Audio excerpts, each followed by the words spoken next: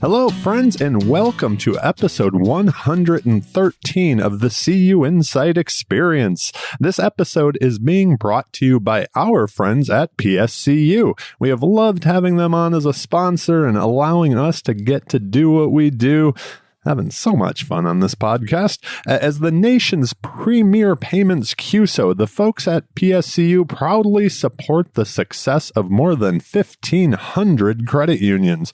My name is Randy Smith. I'm one of the co-founders of CUInsight.com, and I'm lucky enough to have conversations with the amazing people who make credit unions great and bring them all to you. I get to pick their brains and see if we can't find a few nuggets that we can all learn from. My guest on today's show is a favorite of regular listeners and my favorite guest, my human, Jill Nowacki, the founder and CEO of Humanidei. It has been a little while since Jill's been on the show. I had a particular topic in mind I wanted to have a conversation with her about and record it. It's one that we've been having around the house often. The topic: being intentional. So this conversation was all about being intentional in our credit unions, in our careers, in our pursuit of diversity, equity, and inclusion, and in being intentional in life overall. So an entire conversation built around that, both professionally and personally. So without further ado, I give you my conversation with Jill Nowacki. Enjoy. Jill, welcome back to the show, my love. It's been too long since we sat down and have a conversation. Well, at least recorded one. How about that? So welcome. Thank you so much. It's great to be back. My favorite guest. Yay. I had a specific topic I wanted to talk about for this episode, and I believe it ties into so many things that you and I talk about so often. You know, it also ties into credit unions, I'm sure, and the leaders that listen to this podcast and the work you do in DEI and you know, in leadership development and life, just all of it. The topic, being intentional, something I know you and I talk about a lot. When I journal, the prompt I use often is looking at living an intentional life. So I'd like to start with a big question. We all had to make a lot of changes this past year. And, you know, whether it was personally or at our credit unions, now I hear it over and over again. People are starting to look forward. You know, we're hearing that it feels a little more like back to normal. So for someone who's out there looking forward for the next year, 3 years. We just did our strategic planning. Yes, it's like 2.5 years out. I thought it was great, you know, but even, you know, for maybe forward thinkers, 5 years. Any hacks for the listeners who want to be more strategic and more intentional with their credit unions? Oh, we're going to just jump right in with that one, huh? Okay. All right. You know, this has been such an interesting time, and I find myself saying a lot, and typically it's met with a lot of agreement when I say it, is that it feels like we're moving into a new season right now. And that, you know, that's in part, certainly here in New England, it's the actual weather changing, getting back into a place where we can be outside a little more. But there's that new season of the way there's an increasing consumer confidence that is coming back. There's an optimism, maybe a little more slowly than we have expected, but it's causing people to actually think, ooh, maybe I can think out longer term now, instead of just the day-to-day survival that really has been so much of what so many of us have done for the last, year and a half now. Right. So I do think that what we're seeing in this intentional approach is we're seeing people realize that people are at the heart of it. The strategy has to be around people right now. And that's coming for a number of reasons. It's coming because, we've had a tough 18 months. Like, people's mental health has been taxed, and it has caused damage to people's well-being. And I think that that's caused a bit of an awakening. Like, you got to realize we've got to take care of the humans. We have to take care of each other. I think there's also, though, some realization too that we can't run strategies without people there. So we need the people to pivot. Like, how many times we've been on a lot of these calls during COVID with some CEOs from around the country, right? And we hear them talk all the time about agility and the importance of being agile, the importance of being able to pivot. And, you know, you have to have the people right in order to be able to take care of that. So that's a really kind of long lead in to this thought that the strategies that are going to carry us forward, whether it's 1 year, 3 years, 5 years, 2.5 years, the half-life of 5 years, it has to center around like take care of your people and get the right people there. And they're going to be able to carry forth the strategy. For people who've listened to you on the podcast before, we've recorded in some pretty fun places. This time we were at our island again in our kitchen in West Hartford, Connecticut. But speaking of pivots, the reason we're recording at 10 o'clock at night on a Saturday is because I didn't want to bring the podcast stuff when we go on vacation next week. We were supposed to be going to Buenos Aires. There was a lockdown, COVID. It's just the world we live in. And now we're going to Greece on short notice. So anyways, that's speaking of pivots and also being intentional and not wanting to bring podcast gear. So back to the serious stuff, though. A DEI question for you. When it comes to diversity, equity, and inclusion, for the credit union leader that's sitting out there and knows they want to do more, what does being intentional about DEI look like for the second half of 2021 and maybe even looking forward to 2022? Being intentional with DEI looks like strategic integration and transformational change. It does not look like social media posts and statements of commitment. Those matter. You need to be transparent in your messaging. You need to be clear and visible in the work that you're doing, not to get too into the minutia of it. But if you were to look at like the interagency standards on diversity assessment that were set forth from Dodd-Frank, you will see a lot of information in there about statements of commitment and transparency. And those things are important, but those things are what you do once you integrate that strategy into everything in your organization.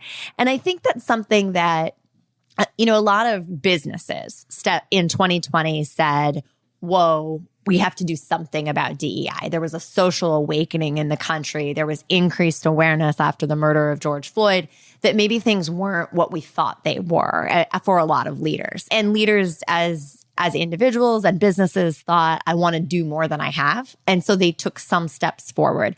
I think that those leaders that are trying to continue to perpetuate that and make the impact are now saying, okay, those one-offs, those add-ons, those small steps need to be something that's fully integrated into our strategic business plan, tied to our objectives, things that we're holding leaders in our organizations accountable for. And so that looks like setting goals. It looks like saying... You don't measure it, right? Right. It looks like saying, we are committed to having a leadership team that reflects our membership, and we will do it within the next 2 years, and we will take these steps to do it. It looks like saying we will analyze the products that we offer and make sure that there aren't barriers to access with these products to different people in our membership or populations in our community with that too. So it is comprehensive and it is integrated. And I think that's what the future of DEI looks like. Makes a lot of sense. That's for sure.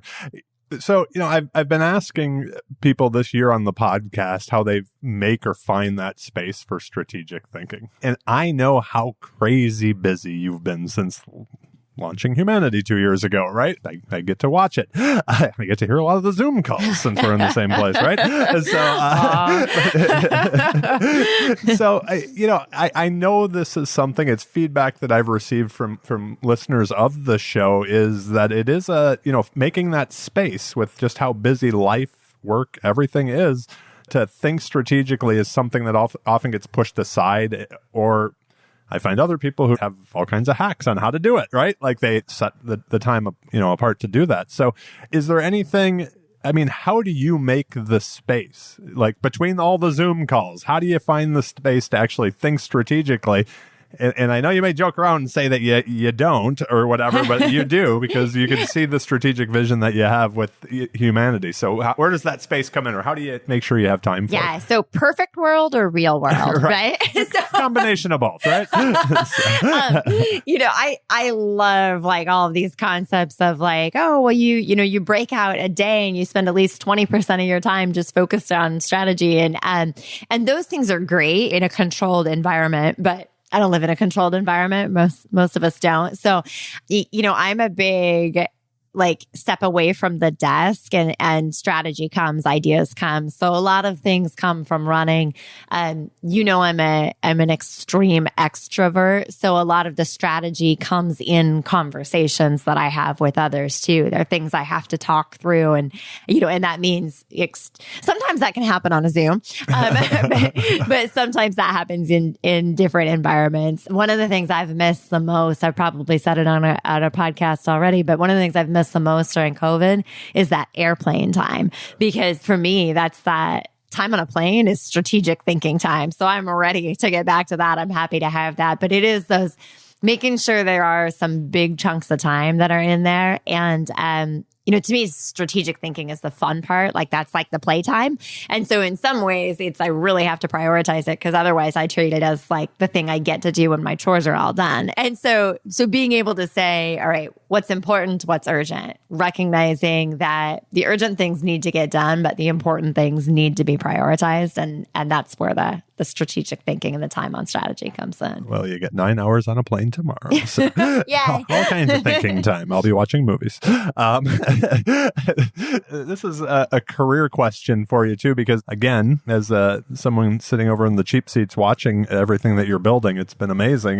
But you've placed a ton of CEOs over the past couple of years and senior leaders just around the country. As we were getting ready for this, I was thinking about the people that you work with almost from a coaching standpoint in the folks that are coming through that are applying for jobs and maybe don't get them. And I've always been so impressed with like the time that you've taken to help people along, let them know what they need to improve. That you take that time. But for that person who's listening today that wants to either be in the C-suite or maybe they're in the C-suite and they want the CEO chair, what hacks do you have to be intentional with that career growth, the career path for them? I'm keeping the intentional word in here. Yeah, I got that. Well, and that's what, if you'd ask the question differently, if you'd like said, what are 3 tips somebody can excel in an interview for? Or something, I don't know why that's your voice that I just put on, but you didn't ask that question. You asked a different question. And the answer for the question on the hacks this is my time where I feel like I should tell like listeners, I didn't look at the questions ahead of time. So this is like free throwing, just spitballing here. But I take full responsibility for that. I was like, I don't want to bring the podcast stuff with us to Greece, so we're doing it now, 10 o'clock, Saturday night. But I think I've got something on this one now. Sure I think it's pretty good, actually. And so you're smart. And it's this, it's kind of recognition, like being intentional about your career also means accepting that not everything is for you. And so this idea of like, you may be the ideal fit to be a CEO, but you may not be the ideal fit to be a CEO for every CEO job posting that's made. Like there is some, and that's something that I talk about it with my clients, and I talk like clients on both sides, but my candidates and my credit unions, that it's like, I don't believe that you can just take your database of candidates and be like, here, choose these. They were in my last search too. Every credit union is different. And there's some core factors that probably stay the same from credit union to credit union as far as the skill sets that a CEO should have, or the desire to lead, that want to actually manage other people is pretty important, regardless of which credit union it is. But there are, somebody who's going to be a great CEO at credit union A may not be the right person for credit union B. And so that's as much on the candidates to figure out as it is on the credit union. Yeah, you don't want to take a gig that you're going to be like. And that's the hack on the intentionality is like, take the time to figure out like, what is your ideal organization, not just your ideal job, because a CEO title, job, right? Title. That's a great one. Because it's the CEO title in one place is different than in another. And too often I think that the goal is defined as get that title, and it needs to expand beyond that too, to be like, know what kind of organization you want to work for. Know what kind of people you want to be surrounded with. If you're reporting to a board of directors, know what that board values. Know how they work, know how they communicate. And if you're joining a C-suite, know how the rest of the executives interact with one another, what they value, what their work style is, what their social style is with one another. And be clear on that before you start interviewing for those jobs too, for yourself. and then ask those questions in the interview. Right, when you need to ask them. That's been something that's been so eye-opening for me over the past couple of years, is this idea of, as somebody, I'm a co-founder of a company. So my dealings with the board of directors, it's just Dave and I, right? Like Lauren has to deal with Dave and I, kind of like we're a board. But, the idea that, like in the conversations and even the ongoing ones that we've been having over the past year and a half with CEOs, the difference in the relationship from CEO to board, and how some it's just fantastic. They're like, I have a great board, and then others it's almost a arm wrestling match at times, right? And to know that walking in, I guess I've often scratched my head when, would have you still taken that job? If you knew, or would have you looked for one that somebody else has or that you fit with better, right? Because the personalities are all different on both sides. So yeah, that's been a total learning experience for me over the past year, or eye-opening. How about that? And that's probably a good way of putting it. How do you, whether it's, this question can lead us in all kinds of different directions here, and it made me laugh as I was thinking about asking it, but because I know that you're very much purpose-driven. So it's this idea, and I've been asking, it's not tough to find purpose in credit unions. Knowing you individually, it's not tough for you to find purpose in life. But how personally and professionally do you make sure you're staying purpose-driven? And maybe the flip side of that question is, we all kind of veer off from time to time and need to bring ourselves why are we doing this? You know what I mean? Or we're spending too much time doing stuff that maybe isn't purpose driven, the busy, stuff or whatever it happens to be that we think we have to do. But how do you stay purpose driven, both individually and as a leader in the credit union movement? And I'll ask you after that, how does your team, Humanidei, benefit from this purpose?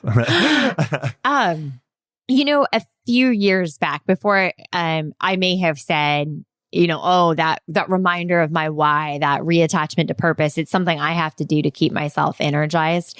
I think that as I've moved through my career, I have sort of intentionally progressed toward more and more purpose-driven work and finding ways, in every job I've had, I've been able to feel a sense of purpose. And then I've been able to look for how to bring more of that purpose into the next role that I've taken.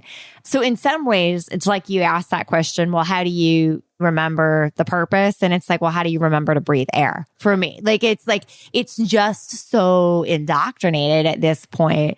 That's not to say that sometimes I'll pick up a project and I'll get a land ways into it and I'll think, oh, this isn't really why I set out to found the company, maybe. Or this is sometimes there needs to be some conversations with clients where it's like, all right, we're veering a little off the purpose of what we set out for this work. So let's regroup or let's re-engage around that.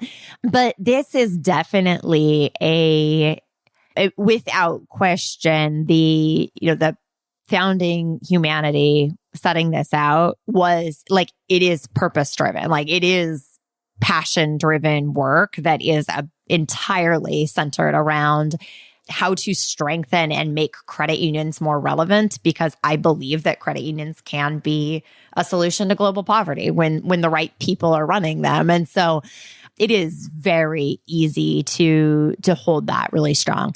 How does my team benefit from that? So, our newest team member, I think today is his 1 month anniversary. So he may not know how he benefits from it yet, but I'll tell him. No, right. No, I mean, we're a small team. And I think that the benefit, I hope that the long-term benefit, we're, a fairly new team in some senses too. Although Frida's been with the company for 10 years. So she's getting kind of a different perspective of it with me coming in. And my hope is that my tie to purpose, my connection to purpose gives them two things. One is I hope it keeps them energized, and I hope it makes them say, wake up wanting to come to work because they know they're making a difference in what they do. But two, I think it creates a lot of development opportunities for them, because when I'm able to see, or I don't even know if I should say when I'm able to, when I can't help but to think that the work we're doing, if we do it right, is going to make this huge impact. It's incredibly important to me that my team sees that, feels that, and knows how to make that impact too. So, both of my newest team members have spent probably 25% of the time they've been on staff in ongoing education related to, like, one of them went through the foundation's DE program this first couple of days on the job. So their education, their connection to it, that development is tied to purpose too. And so hopefully that's engaging and inspiring to them and as well. What individually? I don't know what you mean by that. Individually what? Like outside of work. Making sure that you're still purpose-driven and doing what lights you up, how we started our conversation many years ago. I mean, it's an interesting question, right? Because, and this ties into, you've heard me talk as well about like the integration of it all. And so this is a place where, like, where am I personally? So sometimes we'll have conversations, you and I have conversations where it's like, what would retirement look like for us? Like, what would we, what would we do if we weren't doing what we did now? What would we do if we had more space, more time? On a CUInsight call just last week, Robbie laughed and was like, what does retirement for Jill and Randy look like? So she'll get her answer now. Oh, good. So,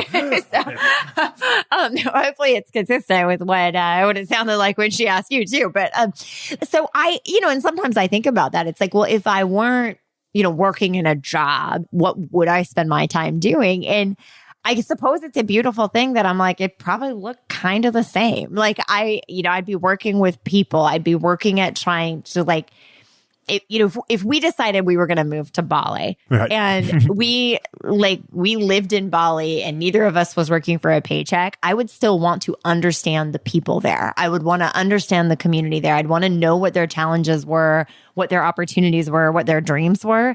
And then I'd want to find a way to be a contributing part of that community to make it better and make it stronger. So, and I'd be having my own little Elizabeth Gilbert eat, love, pray type thing. You'd be my love, though. She wrote thank you. She wrote a book out of that I think made a lot of people feel inspired and motivated. I understand. I spent months in Bali and absolutely loved it. And I basically walked on the beach and journaled. So ate avocado toast. And I'm not even a millennial. No. You'll. Did I get to an answer on that question? I think you did. Okay. I think so. Yeah. Right. You'll change. You'll just keep changing the world. So even as a retiree. So you and I have talked a lot. And one of the things that, like, when people ask me, sometimes I'll be like, well, what's your favorite trait about yourself? And that question, I've come to realize my favorite thing about me is, like, I am deeply curious about other people. And that's that's where the purpose aligns, that individual purpose, is that I made myself a career where I get to know other people really well. Like I get to know their organizations. I get to know their leadership. I get to work with them. So, like, I get to play with my curiosity all the time right now. And I think that it keeps me motivated. It makes it fun for me. I just had this aha moment, if we were on video type of thing. It's like, you're deeply curious about people and individuals, and I'm, like, deeply curious about the world. Like, I like the bigger picture, but, as an introvert, I'm kind of like, I like to see what society is like here or what cultures are like. Individually, I like a handful of folks. So I read something the other day, and I think it was Glennon Doyle, but I could be wrong. And she was talking about so it's this quote that basically says, I love humans. Like, I would put anything online for humans. I would die for humans. I would give everything I have for humans. But, like, don't ask me to go to coffee with you. Right. And it's kind of like, I care deeply about humanity, but, like, I don't want to spend time one-on-one with another person. Like, that's not you. Like, no. I'm like, that doesn't speak to me. Like, no, I get that. No. Not all of you. I can't wait to see many of you at conferences and stuff like that. Just not strangers. No. Like the introvert that really loves people, though. Right. Right. I actually do love people. So, I'm a big fan of society. So a big picture question, another one that I am just tweaking a little bit. I almost said twerking. That's funny. Since you've been on the show multiple times, what do credit unions need to do different? And I'd like to put the DEI spin on this to stay relevant. Jill's just cracking up right now. You can't drop the twerking and then just keep moving into a question. Like, it doesn't. We're fun that way. So what do credit unions, when it comes to DEI, and maybe it's not what do they need to do to stay relevant on this, but, like, let's speak to the CFO or the CEO that's a little more CFO minded. How can credit unions being leaders in DEI actually be a strategic advantage in a crowded financial services space? So I have said It is this is like the thing that everyone hears me say all the time, right? So credit unions have an ability to change the world, but the only way they're going to be able to do it is if they get the people side right. And so if you're an executive at a credit union and your concern is relevance of your credit union, and it should be, right? Like, and relevance can be defined many different ways. It could be your ROA, it could be your number of members, it could be whatever. But if you want your credit union to be relevant and sustainable, you have to get the people side right. And the people side means bringing in the best talent, bringing in the most creative people solutions, building a team of people that can, as cliched as the phrase has come to be, but bringing in a team of people who can bring their best selves to work so that you get the best out of them. And that means creating an inclusive, psychologically safe workspace where everyone there can contribute fully. That is what I was talking to a young woman the other day on one of, I think maybe an upcoming podcast guest for you. I'll put a pre-plug in for Juan Fernandez, hosts some great unscripted happy hours. And I was talking on one of those, and there was a young woman on the call who I know is passionate about DEI. And I asked for her feedback on why. And she said, it's simple. It's because good DEI is just about loving humans, respecting humans, bringing them in. And that's what I think, that's kind of the most simple way about it is care about your people. And it doesn't matter what function you're leading in the credit union. If you are not providing an experience for the people who work with you that make them feel cared about as humans, they aren't going to stay. And they especially aren't going to stay after the year we have just been through. Life is too short. There is too much going on. But if you can get that right, if you can care about your people the right way, then you're going to get so much more out of them than their job description asks them to be. And that's what's going to make credit unions more than just a commoditized financial services delivery channel. It's going to make the people who work at the credit union care about the people in your community in a way that gives them what they need to expand their economic capacity. And that's what we're all about. Absolutely. I want to move on a little bit to your career journey.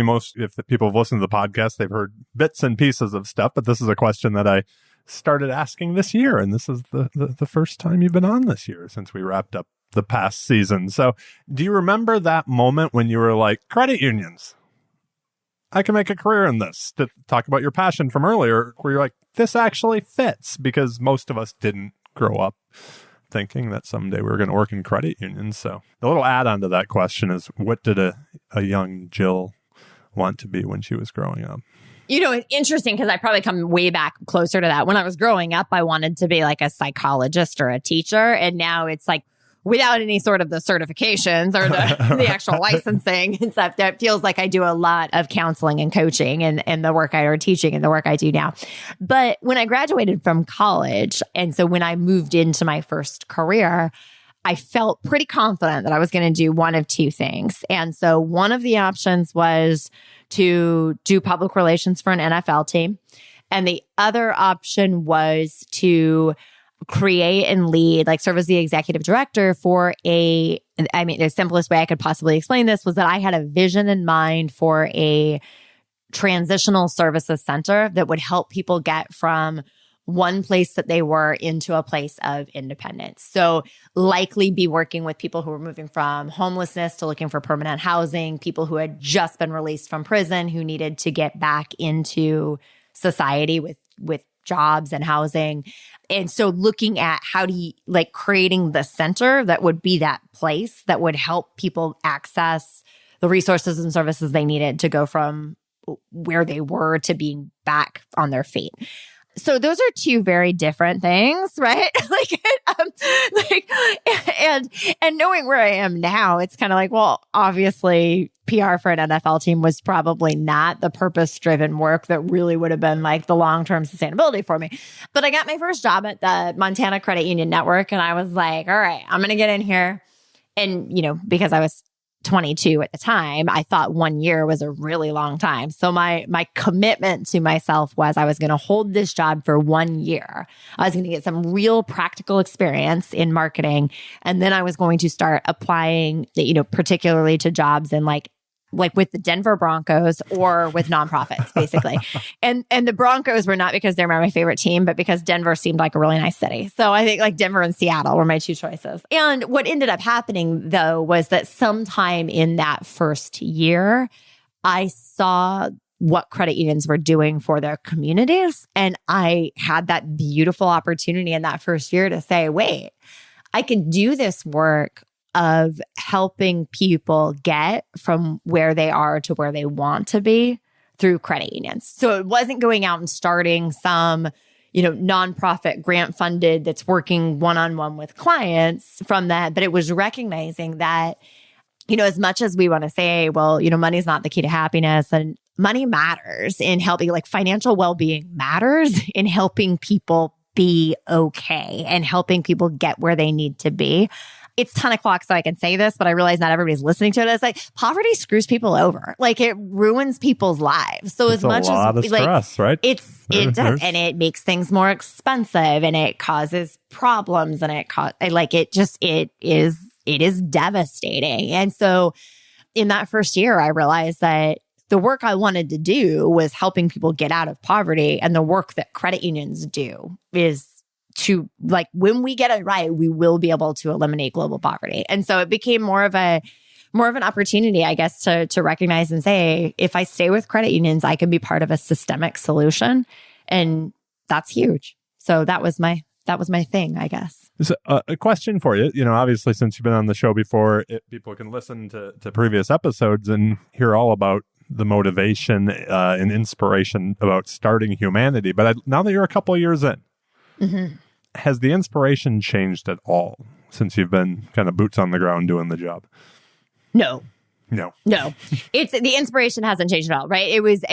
I founded Humanidei because I believe that when credit unions get the people side right, then we eliminate global poverty. And so if anything, I think that the inspiration is the same as kind of, I don't know, arrogant as this sounds, like I feel more right now than I did like a couple of years. Like I've seen how it makes a difference. I've worked with clients that have felt impact and felt improvements and seen better business results because of the strategic human capital work that we've done together. So, is there a myth about what it takes or what a great leader looks like that just makes your skin crawl and you'd like to debunk?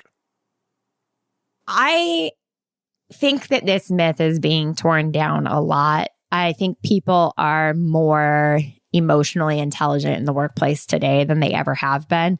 And I think that, excellent thought leaders out there like Brené Brown have helped to deconstruct this myth too. But I think that the biggest mistake, and I think that newer executives still make it a lot, is the fear of being vulnerable or the fear of showing vulnerability.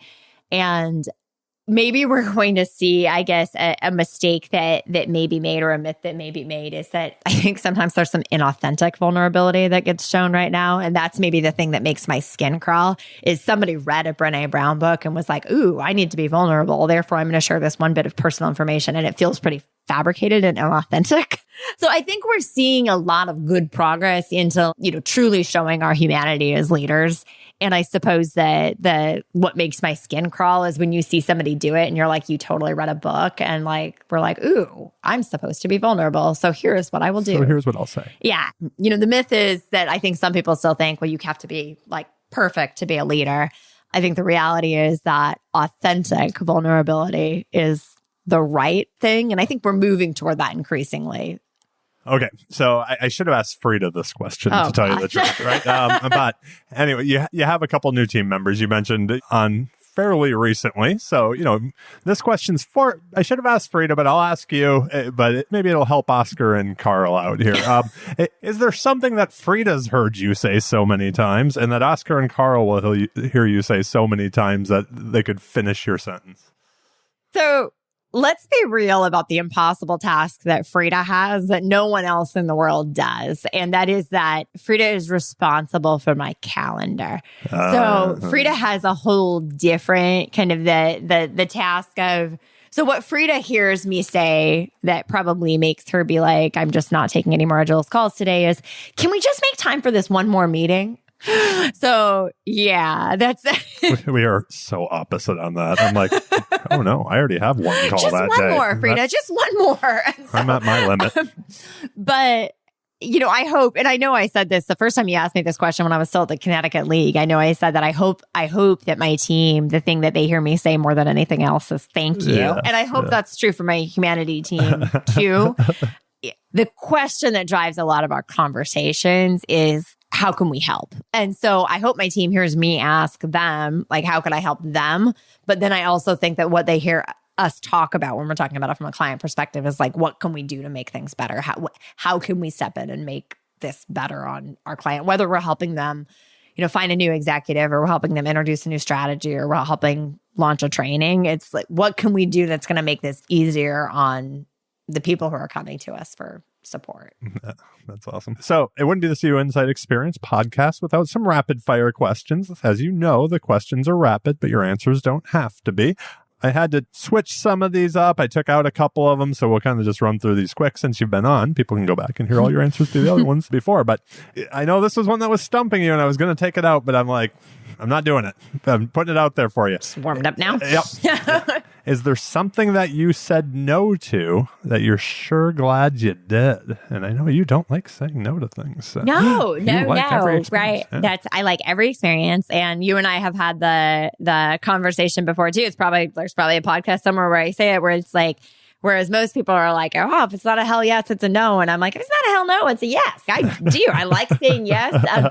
One of my favorite books I've ever read is, I think it was by Shonda Rhimes. It's called The Year of Yes. And it's just like, she had this amazing year because she said yes to all the things that she, if you could say no or yes, you say yes. So that's a tough one. And then also, like so many people, I'm like, oh, well, I don't have any regrets about anything. And so it's kind of the what did you do that you wish you hadn't? And this is, you're asking me here, what didn't I do that I'm glad I didn't? And so it's kind of like, well, I'm glad everything. So I don't know, maybe the short answer is, I'm glad I said no to every guy who asked me out that wasn't you. Oh, how about that? That's so sweet. Now I'm blushing. I'm glad you did too. So,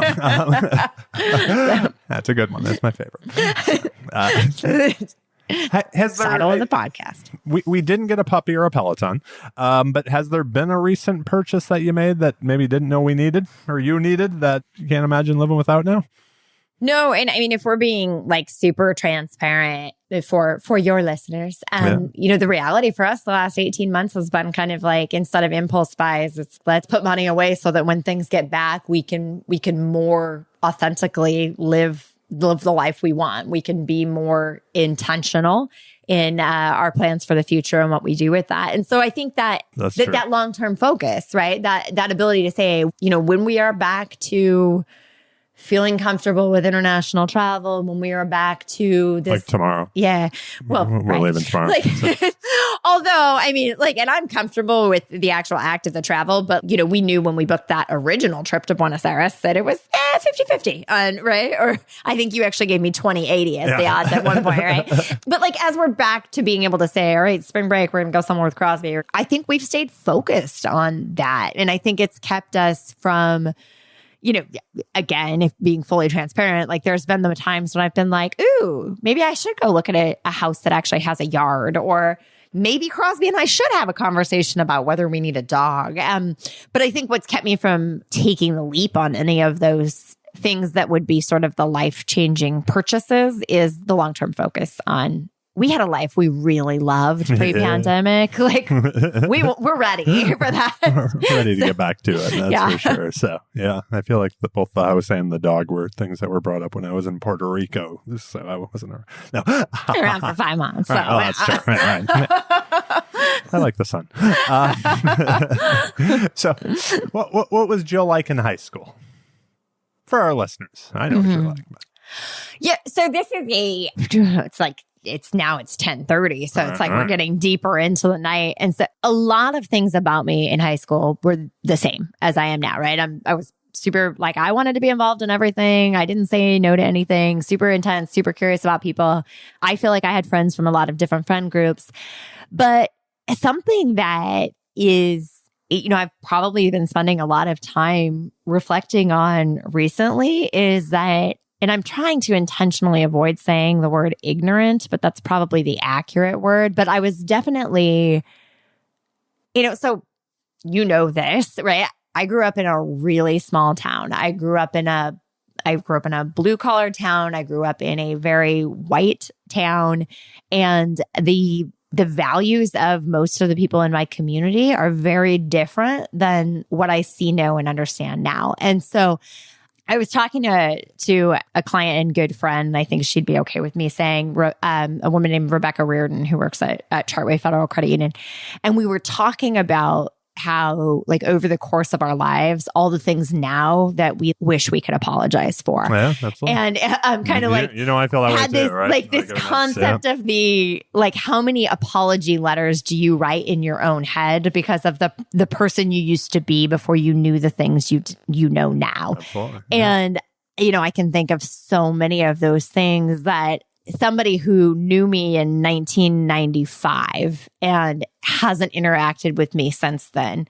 And if they heard that my job now is to work to try to be more inclusive, would be like, wonder if she remembers when she thought this way or said that thing. And so as much as it's tempting to say, oh, I was pretty much the same in high school as I am now, there's a lot of, I think I was still deeply curious about other people. I think I really cared about other people, but there was just so much I didn't know. And so much that we hadn't experienced. You and I grew up very similar, right? Yeah. So it's that idea that we hadn't seen much outside of our immediate community, right? So, and that's something you've been bringing us back full circle, very intentional with your son, Crosby, to make sure that he sees a whole lot of the world and not just where we live. So looking down at the time here, but just a quick last question for you, because everybody, I think, always loves to hear your book recommendations. So what are you reading right now? What's that book in the past 6 months that you're like, go pick this up, y'all? Yep. So right now it is Cast. Yes. Isabel Wilkerson. And I am slow moving through it because it has a lot of things that just make you, like, you have to pause and be like, oh, this is real. And I think that it should be required reading for anyone, because I think it really gives some deep insights into how the United States got to be where it is today in race relations. You'll be happy to know that book's actually been mentioned multiple times here recently on the podcast. So it's, I know it's been in your backpack, and like you said, you've been working your way through it, and when you're done, it'll be my turn. So, Jill, thank you again so much for doing this and for being so flexible so that I didn't have to bring podcast stuff on our vacation. Since we a lot of the times do record while we're off exploring this glorious world, but I didn't want to. So, for being on the show, the last question I have for you, do you have any final thoughts or asks of our listeners? I'm going to put you on the spot here a little bit. Any final thoughts or asks of our listeners about being intentional? I know this is a retread of things I've said before, but it matters still. And, maybe not everybody's listened to every one of them. That's right. So they are popular episodes. So, know your values, trust your values, stay true to those values. And there are times that those get challenged. We think that we know our values, but then we're out in the world and something happens and we're like, oh, well, maybe I should just compromise a little, or maybe I was wrong about that. And, being intentional means knowing yourself, spending that time in personal reflection, and then staying true to that going forward. Absolute perfect way to wrap this up. Thank you again, my love. We will link to everything we talked about today in the show notes. If people have more questions of you, what's your poison? Is it email, Twitter, LinkedIn? How do you want people to get a hold of you? Can they message me through Teams? No, I'm probably email. Probably. Email is probably best. We will link to that as well. We'll put the Humanidei Twitter account up too, and Jill's all over LinkedIn, so you can find her in a lot of places, but we will link to her email. So that is a wrap for this episode. Thank you all so very much for listening. Thank you again, Jill. All of you, please be well and stay intentional. Before we go, I would like to thank all of you for being you and for listening today.